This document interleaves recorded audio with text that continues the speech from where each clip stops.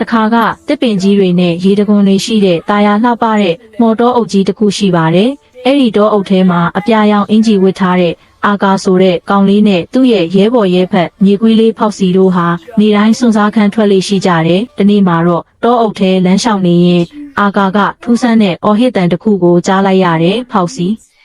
တယောက်ယောက်အကူညီလိုနေပုံပဲလို့အာကာကစိုးရိမ်တကြီးနဲ့ပြောလိုက်တယ်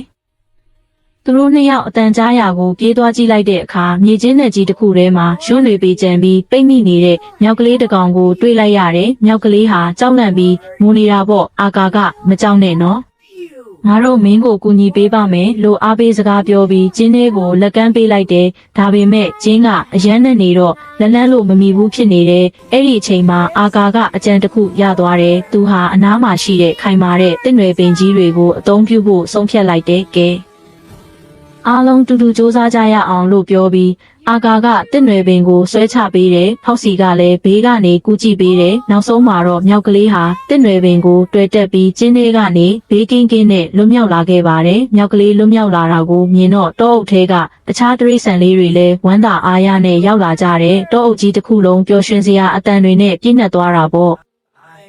နေဝင်ချိန်မှာတော့အာကာနဲ့ဖောက်စီတို့တငယ်ချင်းနှစ်ယောက်ဟာတောအုပ်လေးရဲ့အလှကိုကြည့်ရင်ငါတို့တွေအမြဲတမ်းတူတူရှိနေပြီးဒီတောအုပ်လေးကိုကာကွယ်သွားကြမယ်လို့ကတိပြုလိုက်ကြပါတော့တယ်။